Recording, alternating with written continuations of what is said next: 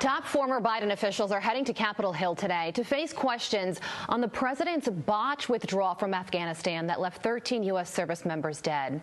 Christy Shamblin is the mother-in-law of Marine Corps Sergeant Nicole Gee, who was killed during the terror attack in Afghanistan at just 23 years old. And Congressman Rich McCormick is one of the lawmakers who will be questioning witnesses today. Thank you both so much for joining us ahead of this. Congressman, this is going to be a high-level hearing where General Milley and McKenzie will be providing testimony. Should we be expecting to learn anything new today?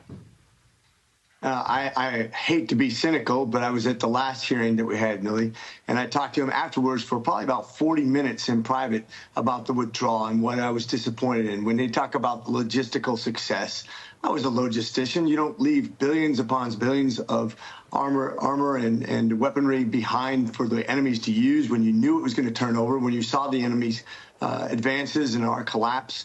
You don't call the death of 13 people a success. It was a strategic failure. It was a logistic failure. After 20 years, after 2,462 lives lost, almost 21,000 casualties, $2 trillion spent, and all the time we spent away from our families, you're going to call that any sort of success?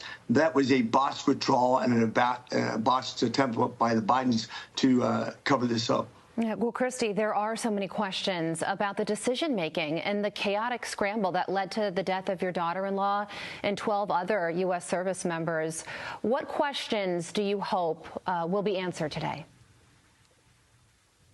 I hope that we'll get transparency and have all of our questions answered. I'm hoping that we can find a path forward that allows for us not to have another casualty from a U.S. service member in an evacuation. Yeah, and you know, Congressman, there was testimony from a Marine sniper, Tyler Vargas Andrews, who was wounded in the bombing. And he says that days before the bombing took place, because of his vantage point as a sniper and he could look over the airport, he saw an IED test run take place. He reported it. He was initially ignored and then told to stand down. And that's something that could come up today in today's hearing and testimony, because that's a tangible thing where you can look back and see who he reported it to and why he was told to stand down, because what's missing here is accountability.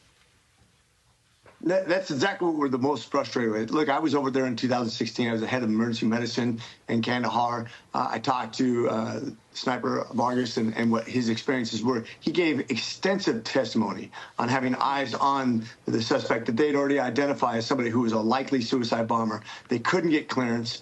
They didn't have any kind of streamlined communication. It cost the lives of 13 service members and a lot of Afghanis, by the way. The way they did, not just that, but everything in this withdrawal set them up for failure, set this government up for failure. After we paid the price, after we had relative peace there, now we have 27 terrorist bases where they're training people that want to harm the United States because of this botched withdrawal and because of the way the Biden administration handled Afghanistan in general.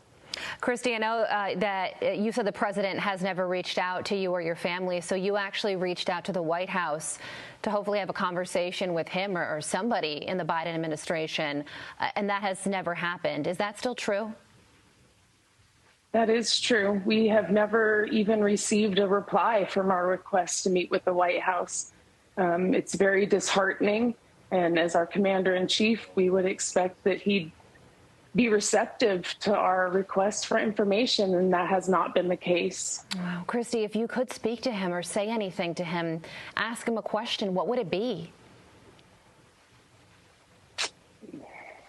I honestly have to tell you, I probably wouldn't bother. I don't feel like he has any attention span for us anymore or for our service members at all.